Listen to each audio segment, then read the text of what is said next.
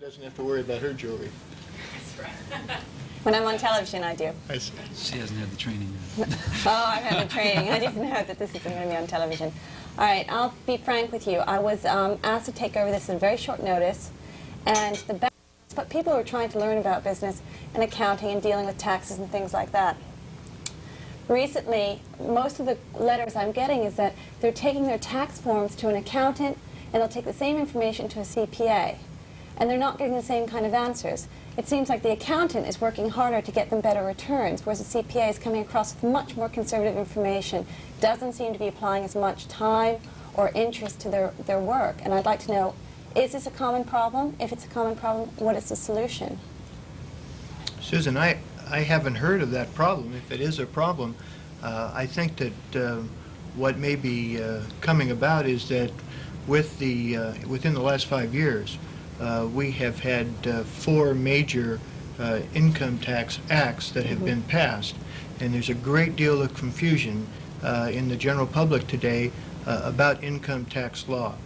I think by going to a certified public accountant, you're ensuring yourself that you are talking to a financial professional who has been educated in the income tax law and who is preparing that income tax return in a professional manner. It's not at all surprising to me to hear that you could have 2 different income tax preparers come up with a different income tax liability on their return. They may both be prepared properly and professionally. Well, this brings me to another question of when you talk about preparing professionally.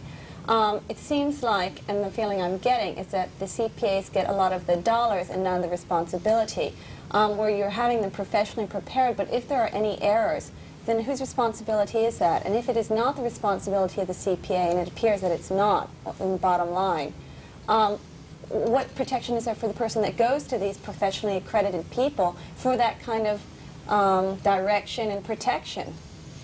There are more than one group of professionally accredited people preparing income tax returns. You can be professionally accredited and not be a certified public accountant. You can be, for example, an enrolled agent. All right, this brings me to the next question. Does someone who goes to an enrolled agent then have less protection than someone who goes to a CPA? For instance, if there is an audit failure, is the CPA going to assume more responsibility than an enrolled agent? Well, we're mixing up our terms here, Susan. Excuse me, Bill, I'm sorry. Would you like to take that? Well, I think the concept of audit failure really does not relate to failure of audit by the IRS. That particular terminology applies to, in the press, to failures of examinations of financial statements. If a return is audited by the IRS and they find a difference, I think you'll find that CPAs will back up their work and that they probably have a greater longevity, a greater history of performance than any other professional field that has done tax returns. Excuse me. So that you're saying that CPAs have more of a historical role in that type of thing, and that's what's giving them a better position of, I don't know, knowledge in which to prepare your return. Is that what you're saying? No, the thing is that the CPAs have the credentials of examination, experience, and education to back them up. And the enrolled agents, the difference? They have examination only by the Internal Revenue Service in the preparation of tax returns and the knowledge of tax law. They are not necessarily the best measures of income.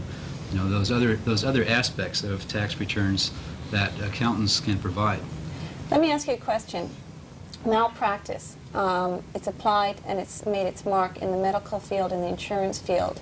Can you see it having any role or any threat to the CPA field in terms of people who do feel that they were hard done by, either in an individual sense where they had their tax returns filed and there were some errors, or maybe they didn't get the return that they should have got if they had a second opinion, or secondly, in something where it's more of a corporate structure where a CPA has analyzed something and given advice that has proven to be faulty.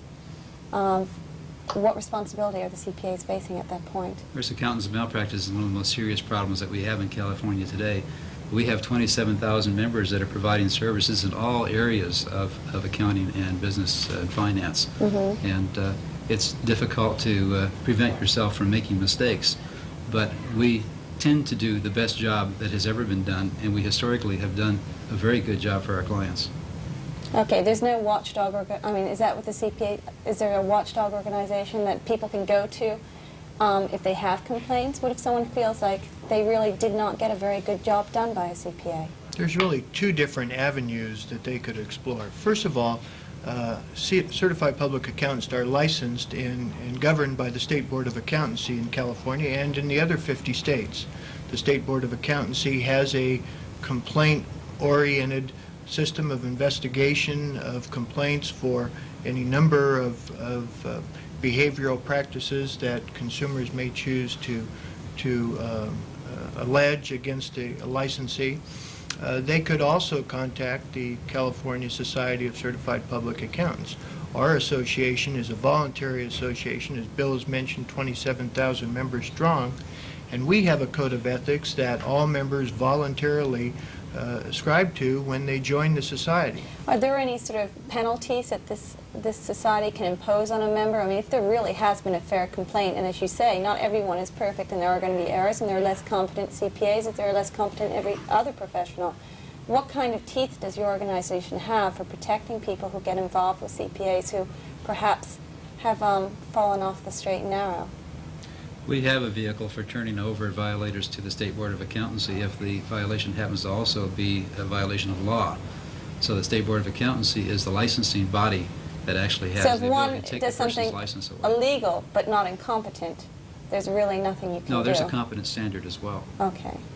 Last thing, and I think it's a question that interests a lot of people today, this enrolled agent thing, and I'm sure that you've all been well versed in it. Is it vested interest that CPAs don't want enrolled agents to assume some of the responsibilities or the areas that CPAs currently seem to have a monopoly in? Or is there any rational answer except vested interest that you can argue? Well, it's certainly not vested interest. It's interesting because it's important to us as CPAs that the public understands what we're doing.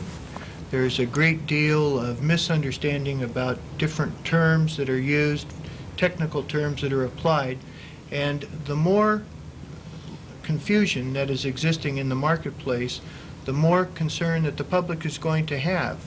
We feel that the experience, education, examination requirements that certified public accountants go through in order to become CPAs is the way to eliminate that confusion, to guarantee as best we can that products that are being prepared by our licensees are of a high professional and quality, and that the more that we dilute those standards and the more that we open it up to people who have not had to satisfy those requirements, the more confusion that we are going to have in the public marketplace, and ultimately it's going to be to the detriment of the public. So you've set yourselves up as really the ultimate authority in this field that really can't be broached by any other professional circle. I mean, that's what you're arguing right now. We traditionally have occupied that role in business, and I think we've done a very good job for a long period of time. The practice of accountancy has gotten more complex rather than less complex. In fact, there's a great deal of discussion of causing the educational standards to be raised to another additional 30 hours of post-baccalaureate education in order to qualify